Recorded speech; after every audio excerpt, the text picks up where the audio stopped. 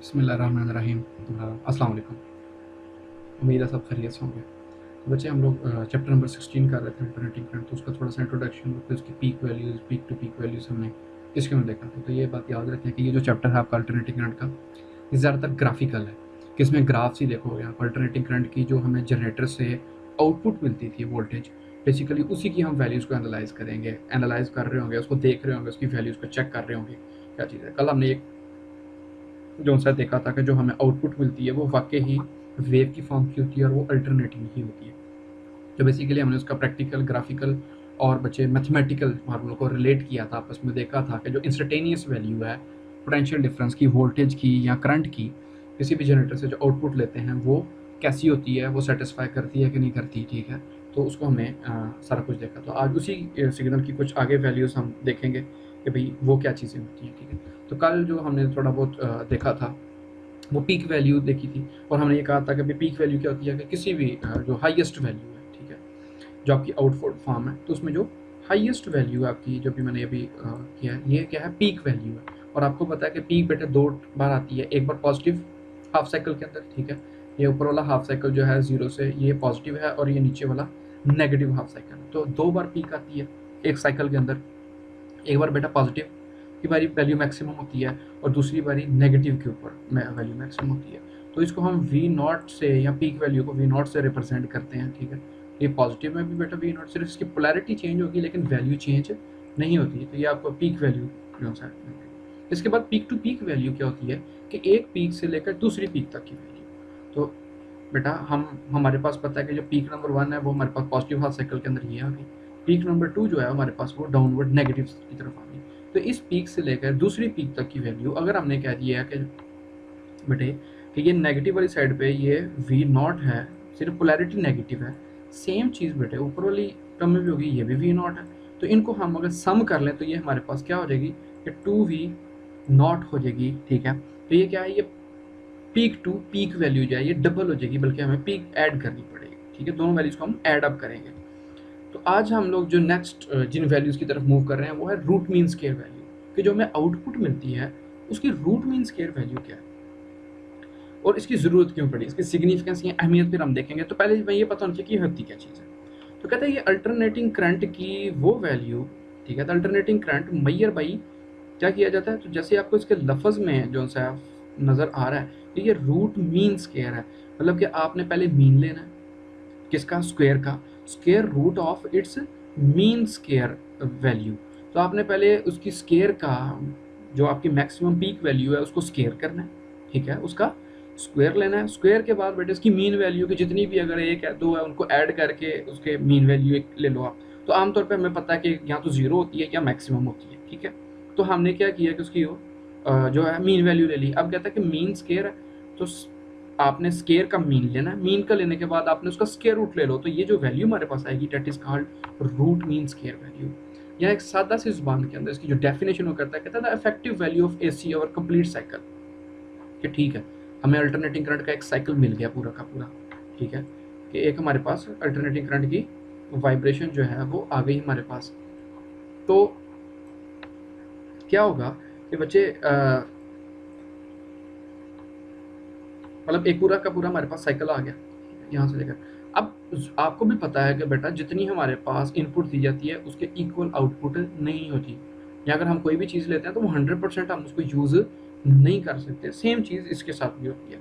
तो यही डेफिनेशन कहता था इफेक्टिव वैल्यू, कि ठीक है हमारे पास 10 वोल्ट का आ गया, लेकिन हमारे काम का कितना बीच में से 10 का 10 हमारे काम नहीं आ रहा होगा, ठीक है, उसमें से कुछ ना कुछ कम होगा। तो ये basically root mean square value वो वैल्यू है जो कि इफेक्टिव है। और अगर आप इस ग्राफ को देखो यहाँ पे, तो बेटा ये रूट मीन स्क्वायर वैल्यू जो है ये आपकी असल जो स्क्वायर वेलोसिटी है उससे बहुत ज़्यादा कम होती है।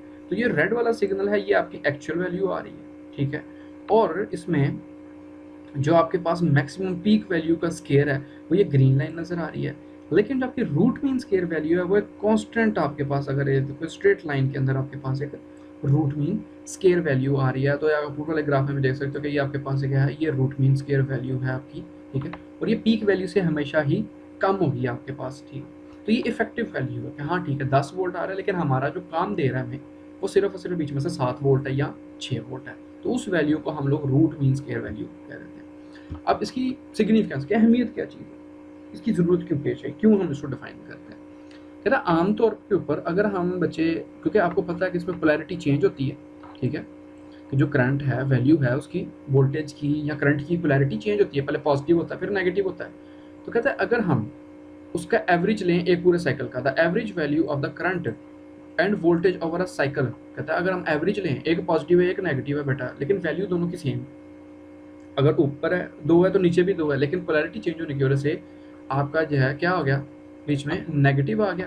कहते हैं 2 माइनस 2 हो जाएगा, ओवर 2 डिवाइड करोगे तो आंसर क्या आ जाएगा हमारे पास 0। तो वो कहता है कि जो एवरेज वैल्यू है, ठीक है, वो क्या आ जाती है, वो हमारे पास 0 आ जाती है। लेकिन मसला ये है कि कैलकुलेशन में तो वो 0 आ रही है, लेकिन असल में उसकी पावर जो है वो 0 नहीं होती, ठीक है, but power delivered in the cycle वो कहता है कभी भी 0 नहीं होती। उसकी वैल्यू तो आपके पास क्या है, P equal to I square, अगर आपको याद हो लास्ट चैप्टर में हमने देखा। तो इसमें रेजिस्टेंस तो हमें पता चलेगा कि चले कांस्टेंट, वो तब्दील नहीं कर रहे हम लोग। जो करंट की वैल्यू है वो है आई स्क्वायर के अंदर, और स्क्वायर का हमें पता है कि बेशक नेगेटिव हो बेशक पॉजिटिव हो, वो आंसर हमेशा पॉजिटिव ही रखता है, वो चेंज नहीं होता। इसका मतलब है कि जो आपके पास नेगेटिव आ रहा था पोलैरिटी की वजह से वो खत्म हो जाता है, इसी वजह से वो मैं आउटपुट पे पावर दे रहा होता है। तो यही बात कहता है कि दस the average value of I square, और इसीलिए कहता है कि हम स्केयर की, करंट की या पोटेंशियल डिफरेंस के स्केयर का एवरेज लेते हैं, फिर इज नॉट अ जीरो, लेकिन ये आंसर जीरो नहीं है, and is called mean square current. Mean square current कह देगा या पोटेंशियल डिफरेंस तो मीन स्केयर वोल्टेज कह देगा। कहता है द अल्टरनेटिंग करंट और voltage is actually measured by, और इसीलिए जो अल्टरनेटिंग करंट हो गया या वोल्टेज है, हम उसकी असल वैल्यू या वी नॉट वगैरह या आई नॉट को मेजर नहीं करते, बल्कि बच्चे हम लोग क्या करते हैं, वी नॉट को या आई नॉट को मेजर नहीं करते, बल्कि इनके स्केयर को मेजर करते हैं। तो हम ये कह सकते हैं कि असल में इनकी एक्चुअल वैल्यूज जो हैं वो किसी इंपॉर्टेंस की नहीं है, वो तो बेटा जीरो हो गया, उसके मुताबिक तो ये कर ही कुछ नहीं रहा, लेकिन हकीकत में वो पावर डिलीवर कर रहा होता है। तो हमें ये पता चल गया कि बेटा जो स्केयर है एक्चुअली वो इंपॉर्टेंस है, वो रखता है, और उसी को हमने क्या कह दिया हुआ है, रूट मीन स्केयर वैल्यू, ठीक है। तो इसकी वैल्यू कहता है कैसे फाइंड की जाएगी रूट मीन स्केयर की, तो बड़ी डेफिनेशन के अंदर की चीज़ है, नाम के अंदर ही, कि आपने क्या करना है, स्केयर का पहले मीन ले लेना। तो अगर हमारे पास दो वैल्यूज़ हैं, तो हमने वी नॉट इसका था मैक्सिमम पीक वैल्यू वोल्टेज की, उसका स्केयर लिया और उसको 2 पे, मतलब कि एवरेज 0 से स्टार्ट करके पीक पे गया, तो दो वैल्यूज़ ली, उनका स्केयर किया, एवरेज ले लिया और फिर उनका अंडर रूट ले लिया। अब अगर हम अंडर रूट को अलग अलग कर दें बेटा, ठीक है, मतलब कि इसके ऊपर वी नॉट के ऊपर स्केयर अलग कर दें, तो बेटा स्केयर जो है वो अंडर रूट से कैंसिल हो जाएगा, तो आपके पास V not over under root 2 बचेगा, और 1 ओवर अंडर रूट 2 का आंसर आपको पता है कि क्या होता है, 0.7 वोल्ट। तो ये सादा सी जुबान में सिमिलरली कहता है अगर ये potential difference root mean square value है, तो इसी तरह करंट की भी बेटा रूट मीन स्केयर वैल्यू होगी, ठीक है। तो कहता है ज़्यादातर जितने भी हमारे सर्किट्स होते हैं अल्टरनेटिंग करंट के, ज़्यादातर हम उसमें रूट मीन स्केयर वैल्यू लेते हैं, और उसकी अहमियत आपको पता चल गई कि क्यों रूट मीन स्केयर लेती हैं, कि अगर हम ओरिजिनल वैल्यू लेंगे तो उसके मुताबिक जो हमारे पास आंसर आ रहे थे वो सारे के सारे जीरो, ठीक है, एवरेज वैल्यू कोई नहीं आ रही। लेकिन हकीकत में तो कहता है ऐसा नहीं होता, हकीकत में तो हमें पावर अच्छी खासी मिल रही होती है आउटपुट पे। तो इसका मतलब है कि जो स्केयर की वैल्यू है वो इंपॉर्टेंस रखती है, मीन वैल्यू नहीं। तो कहता है कि जो peak root mean square value वो क्या होगी, कि एक्चुअल में वो पीक वैल्यू का 70%, ठीक है। अगर आप ये 0.7 देखो, ये क्या हो जाता है, ये 70/100 हो जाएगा। तो कहता है जितनी भी है उसका 70% ले लो, तो ये क्या हो जाएगी, उसकी रूट मीन स्केयर वैल्यू होगी। और ज़्यादातर जितने भी आपके पास अल्टरनेटिंग करंट हो गए या वोल्टेज हो गया, उनको हम कैलिब्रेट ही करते हैं किसके साथ, रूट मीन स्केयर वैल्यू के लिहाज से। नेक्स्ट बचे जो आपके पास वैल्यू है जो एक अल्टरनेटिंग करंट का, वो है फेज़। अगर गौर करो जो पहले टॉपिक के अंदर जब हम एनालाइज कर रहे थे आउटपुट को मैथमेटिकली भी, और दूसरे उसमें एक डायग्राम थी जिसमें एंगल था 90 डिग्री, कि आपको मैंने बताया था कि जब आपकी जनरेटर वो रोटेट करता है तो किस एंगल पे कौन सी वैल्यू होगी। तो बेसिकली दो एंगल थीटा उस वैल्यू में था, theta equal to omega t, which specifies the instantaneous value of the alternate. कि ये हमें क्या करता है, जो आपकी इक्वेशन है इसके अंदर इंस्टेंटेनियस वैल्यू, तो किसी भी टाइम किसी भी वक्त पे, मतलब यहाँ पे हो सकता है ए से लेकर बी तक के पॉइंट में कहीं पर भी हमें जो इंस्टेंटेनियस वैल्यू एंगल की बताता है उसको हम क्या बोल देते हैं, फेज बोलते हैं। क्या बोलते हैं, फेज। फेज वैसे अक्सर हालत को भी कहा जाता है। तो ये हमें बेसिकली उस एक ख़ास एंगल पे उस करंट की हालत बताता है कि वो मैक्सिमम है, मिनिमम है, इंक्रीज़ हो रहा है, डिक्रीज़ हो रहा है, ठीक है। तो ये सारी चीज़ें हमें कौन बताता है, फेज़ ऑफ फेज बताता है, और ये बेसिकली एंगल बताता है। तो यही ग्राफ हमने उधर देखा था, ठीक है। तो आप इधर रिप्रेजेंट कर रहे हैं कि बेटे हमें क्या पता है कि अगर इस पूरी फिगर को हम एनालाइज करें फेज बाय फेज के, अगर हमारे पास जो पॉइंट ए है उस पर क्या हो जाएगा, साइन 0 डिग्री, ठीक है, मतलब कोई एंगल नहीं, आपका जनरेटर मूव ही नहीं कर रहा, तो वहाँ पर कहता है कि किसी किस्म का कोई आउटपुट वोल्टेज नहीं है। इसी तरह पॉइंट बी के ऊपर आप आ जाएँ तो यहाँ पर एंगल आपका क्या बन जाता है बेटे, 90 डिग्री π/2, ठीक है। तो यहाँ पर क्या कहता है कि साइन 90 आपको भी पता है कि मैक्सिमम 1 आंसर देता है।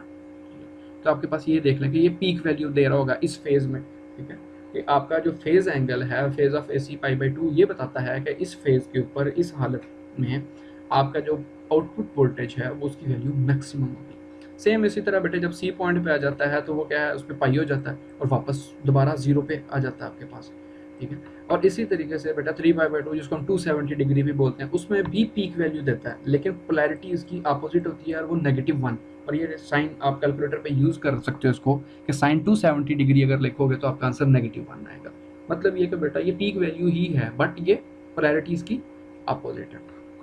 तो इसी तरीके से ये कहता है कि जो हमारे ये ईच पॉइंट है ये खास फेज़ को, खास हालत को बताते हैं कि जैसे 90 डिग्री का जो फेज़ है वो आपको बताता है कि पीक वैल्यू भी होगा। 180 डिग्री का या पाई का जो फेज़ है वही हमें ये बताएगा कि इसकी वैल्यू क्या होगी, मिनिमम होगी, 0 हो जाएगी आपके पास। तो यही कहता है कि द फेज़ जो आपके पास है सारा का सारा इसमें, ठीक है, वो पॉजिटिव पीक होगी कब, जब आपके पास बेटे फेज़ एंगल जो है वो 90 डिग्री हो या π/2 हो। लेकिन कहता है यही वैल्यू क्या होगी हमारे पास, नेगेटिव पीक देगी जब आपके पास 270 डिग्री या बेटे 3π/2 जो है हमारे पास वो होगा, ठीक है। तो कहता है कि वो पॉइंट्स जहाँ पे वेव फॉर्म जो है वो क्या करती है, टाइम के एक्सिस को, टाइम एक्सिस क्या है तो यहाँ बेटे हमारे पास फेज़ के जो एक्सिस हैं, ठीक है, क्या है, फेज़ का जो एक्सिस है उसको जहाँ पे क्रॉस करती है वो कौन से पॉइंट्स हैं, वो बेटे है 0 डिग्री का, पाई का और 2π का भी वापस जो आंसर है ना अपनी उसी फेज़ को अगर गौर करें, इन तीनों पॉइंट्स को अगर मैं ड्रा करूँ तो ये पॉइंट ए, पॉइंट सी और पॉइंट ई जो है ये पॉइंट हैं जहाँ पर आपकी जो वेव है वो किसको, एक्सिस को, जो आपका टाइम वाला है एक्स एक्सिस है या जो आपके पास फेज़ एंगल का एक्सिस है उसको क्रॉस करती है। इसके बाद आ गया कि फेज़ लैग और फेज़ लीड, ठीक है, जो क्वांटिटी है कि ये क्या चीज़ होती है फेज़ लैग और फेज़ लीड। तो सबसे पहले तो आपको लैग और लीड का पता होना चाहिए। इंग्लिश में अगर आपकी ट्रांसलेशन करें, लीड का मतलब बेटा जो आगे आगे चलता है लीडर होता है, ठीक है, उधर से निकला है।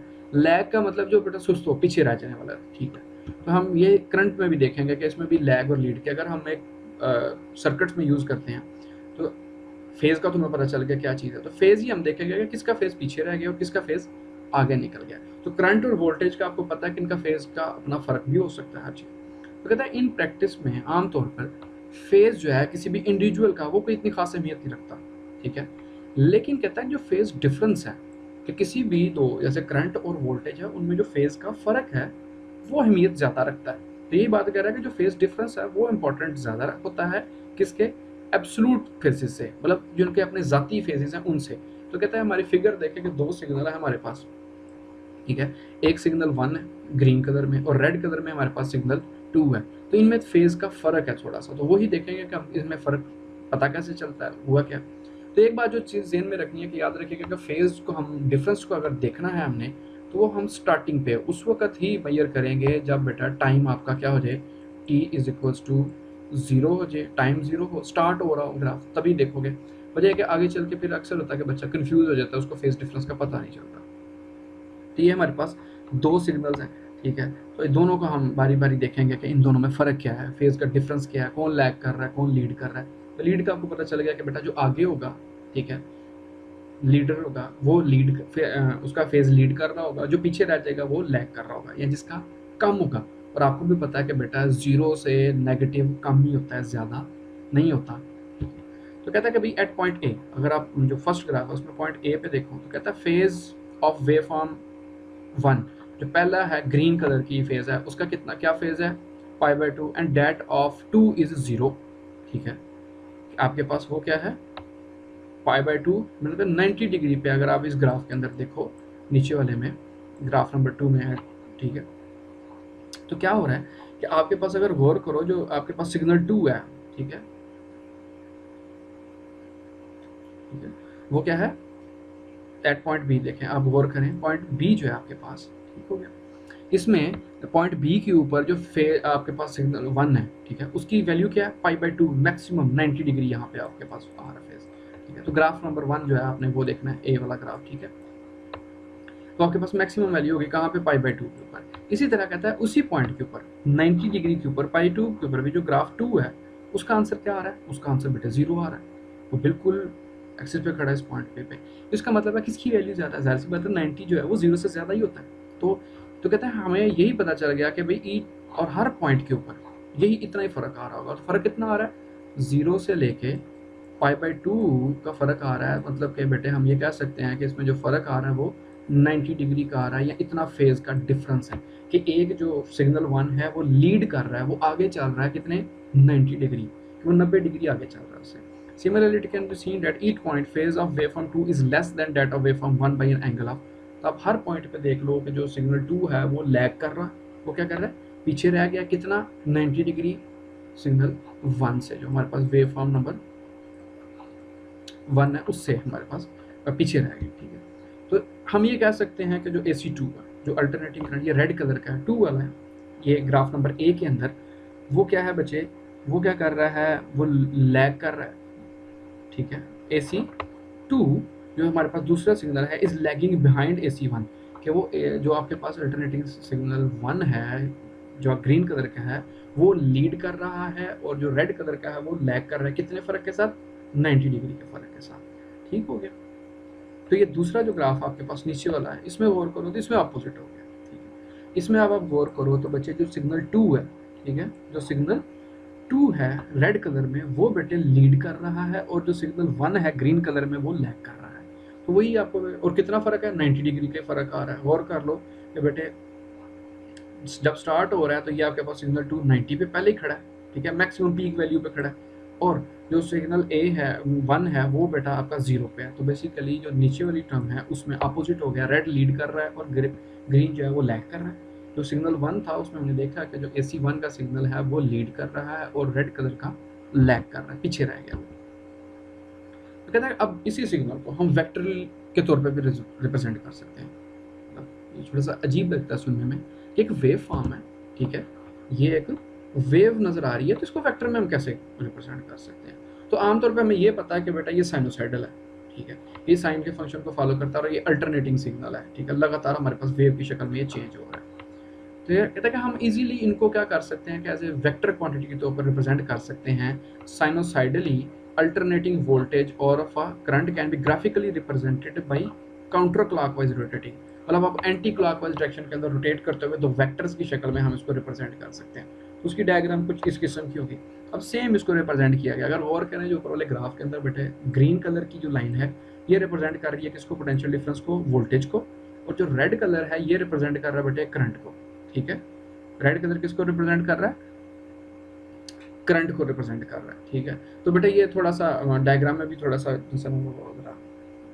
चेंज हो गया, ठीक है। तो ये परेशान नहीं हो जाना इधर वोल्टेज और ये करंट को देख के। तो भैया ग्रीन कलर जो है वो बेटे आपका क्या है, ऊपर इसने डायग्राम के अंदर मिसलेबल कर दिया, ठीक है। तो जो आपके पास ये करंट ही है ग्रीन कलर में, ग्रीन कलर में क्या है, करंट है, और रेड कलर में आपके पास वोल्टेज है, ठीक हो गया।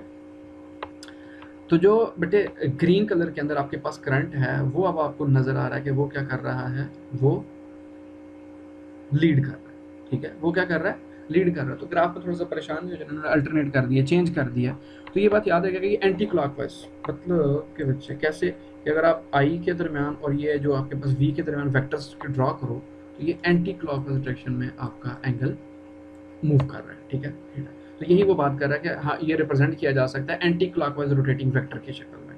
लेकिन कहता है उसमें कुछ इंपॉर्टेंट कंडीशंस हैं जो उसको सेटिस्फाई करनी है, फिर ही हम उसको कहेंगे कि इसने रिप्रेजेंट किया है उसको, ठीक है। तो इसमें ग्राफ के अंदर ये बात रखेगा कि जो ग्रीन कलर का है वो रेड में उसने बना दिया हुआ, जो रेड में है वो ग्रीन कलर में, करंट को अल्टरनेट कर दिया, तो उसमें परेशान नहीं हो जाना। इसके बाद कहता है कि भाई हाँ रिप्रेजेंट कैसे करता है, कहता है its length represents the peak और रूट मीन के वैल्यू। जो आपके जिस तरह आपको पता है चैप्टर नंबर 2 पढ़ा था फर्स्ट ईयर में, तो जो किसी भी वेक्टर की लेंथ होती है ये क्या करती है, मैग्नीट्यूड रिप्रेजेंट करती है। सेम चीज़ जो इस वेक्टर की लेंथ है वो बेसिकली इसकी रूट मीन स्क्वायर वैल्यू को रिप्रेजेंट करेगी, बेशक वो वोल्टेज की हो या करंट की हो। इसी तरीके से कहता है कि it is the horizontal position at any instant when the alternating current is zero and is increasing positively. तो कहता है कि असल में ये हॉरिजॉन्टल पे क्या पोजीशन बताती है कि इसकी वैल्यू जीरो से इंक्रीज हो रही है, ठीक है, मतलब ये जितनी आगे को जाता जा रहा है इसका मतलब है इसकी वैल्यू जीरो से इंक्रीज हो रही है, डिक्रीज नहीं हो रही, ठीक है, और इंक्रीजिंग पॉजिटिवली। कहता है इसी तरीके से जो उसकी रोटेशन है, ये थीटा जो आपके पास रोटेट कर रहा है अगर ये एंटी क्लॉकवाइज डायरेक्शन के अंदर, तो ये क्या बताएगा इसकी असल सिग्नल की। फॉर एग्जांपल ये देखिए अगर मूव कर रही है वेव बैठे तो इसकी कुछ ना कुछ स्पीड होगी, ठीक है, या फ्रिक्वेंसी या वेलोसिटी होगी। तो सेम चीज़ वो कहता है कि बेसिकली आपकी ये जिस स्पीड पे ये वेक्टर्स रोटेट करेगा एंटी क्लॉकवाइज डायरेक्शन में, वो बेसिकली आपकी क्या होगी, एंगुलर फ्रिक्वेंसी को या एंगुलर वेलोसिटी को रिप्रेजेंट करेगा। अब कहता है कि जो साइनोसाइडल सिग्नल है हमारा वोल्टेज का, अगर आप गौर करें इसमें कि ऊपर वाले जो ग्राफ है हमारे पास, कि इसमें बेटे जो फेज़ का डिफरेंस है वो कितना आ रहा है। अगर आप पीछे फेज़ को पढ़ के हैं ज़रा गौर से सुना हो तो पता होगा कि बेटा इन दोनों सिग्नल्स के अंदर जो फ़र्क आ रहा है, देखें ये इधर 0 पे है और ये जो है ये 90 डिग्री पे है। तो इसका मतलब है इन दोनों में जो फेज़ का डिफरेंस है वो कितना है, वो 90 डिग्री का है, ठीक है। तो सेम चीज़ हमने जब इसको वेक्टर के तौर पर रिप्रेजेंट करना है तो इन दोनों के दरमियान, करंट के दरमियान और बेटे वोल्टेज के दरमियान, ठीक है, क्या है, करंट के दरमियान और वोल्टेज के दरमियान जो है वो बेटे हमारे पास क्या होगा, 90 डिग्री का ही एंगल है, ठीक है, जितना उधर फेज का डिफरेंस है। तो मैंने पहले बताया कि बेटे जो वोल्टेज लीड करती है, जो चीज़ लीड करती है हम उसको आगे रखते हैं, ये बेटे लीड कर रहा है। हाँ, कलर चेंज कर दिए हैं उसने, जो ग्राफ के अंदर जो लीड कर रहा है वो बेटे ग्रीन कलर है, लेकिन यहाँ पर उसने लीड पर रेड बना दिया। तो ये आपने ज़रा देख लेना, ये जो वोल्टेज है जो आपके पास वर्टिकल कंपोनेंट है ये लीड करता है और जो बेटे हॉरिजॉन्टल कंपोनेंट होता है वो लैग कर रहा है, ठीक हो गया इस डायग्राम के अंदर। लेकिन यही अगर डायग्राम हम नीचे को नेगेटिव वाली साइड को बना दें तो तब बेटा नेगेटिव वैल्यू आपको भी पता है कि 0 से कम होगी, वो लैग करेगा। अब वो कहता है कि जो पोजीशन O से लेकर I तक है, ठीक है, अगर गौर करें O से लेकर I तक ये रिप्रेजेंट्स द पीक और रूट मीन स्क्वायर वैल्यू। तो मैंने आपको पहले बताया है दूसरा वेक्टर के अंदर जो लेंथ होती है वो क्या रिप्रेजेंट करती है, मैग्नीट्यूड को। तो इधर ये बेसिकली इसकी जो लेंथ है वो रूट मीन स्क्वायर वैल्यू को रिप्रेजेंट करेगी, ठीक है। और इसके बाद कहता है जो O से लेकर V तक है आपके पास वो क्या रिप्रेजेंट करता है, peak value of alternative voltage, ठीक है। तो बेटे जो भी क्वांटिटी होगी ये इसकी लेंथ इधर करंट की अगर आप एक्स एक्सिस पे ले रहे हो इस ग्राफ में, तो ये रूट मीन स्क्वायर वैल्यू किसकी बताएगा, करंट की बताएगा। अगर वोल्टेज ले रहे हो तो ये इसकी जो लेंथ है वो root mean square value voltage की बताएगी। और ये कहता है ये काउंटर क्लॉकवाइज के अंदर हम इसको पॉजिटिव लेते हैं, मूव कर रहा था, और ये इनमें जो फेज का डिफरेंस आ रहा है गौर कर लें, V के दरमियान और I के दरमियान जो फेज का डिफरेंस आ रहा है वो कितना है, वो 90 डिग्री का। और ये ग्राफ से भी हमें नजर आ रहा है बेटा इन दोनों में जो फर्क था वो 90 डिग्री का ही था। तो कहता है लास्ट जो हम देखेंगे कि इसके साथ ही जो मेन एनालिसिस था हमारे ग्राफ का वो खत्म हो गया। तो लास्ट में हम लोग देखेंगे फर्क AC और DC सर्किट्स के अंदर। तो कहते हैं जो बुनियादी तौर पर हमें पता है कि जो DC है उसमें ओहम्स लॉ अप्लाई होता है, कंट्रोल द करंट और वोल्टेज वगैरह, रेजिस्टेंस और बटे हम रेजिस्टर लगाते हैं सिर्फ आमतौर पे, उसके अंदर कैपेसिटर भी यूज हो सकता है थोड़ा बहुत। लेकिन कहता है उसमें ओहम्स लॉ जो है, the basic element of the direct circuit is a resistor which control the current और voltage and the relation between them. और वोल्टेज और करंट को कंट्रोल कर रहा होता है रेजिस्टर, ठीक है, जो आपके पास AC सर्किट्स हैं, सॉरी AC कह रहा हूँ, DC सर्किट्स हैं, ठीक है। उसमें जो ओहम्स लॉ के जरिए आपको पता चल जाता है, गिवन ये कि वोल्टेज और करंट को बेसिकली आपका रेजिस्टर कंट्रोल करता है।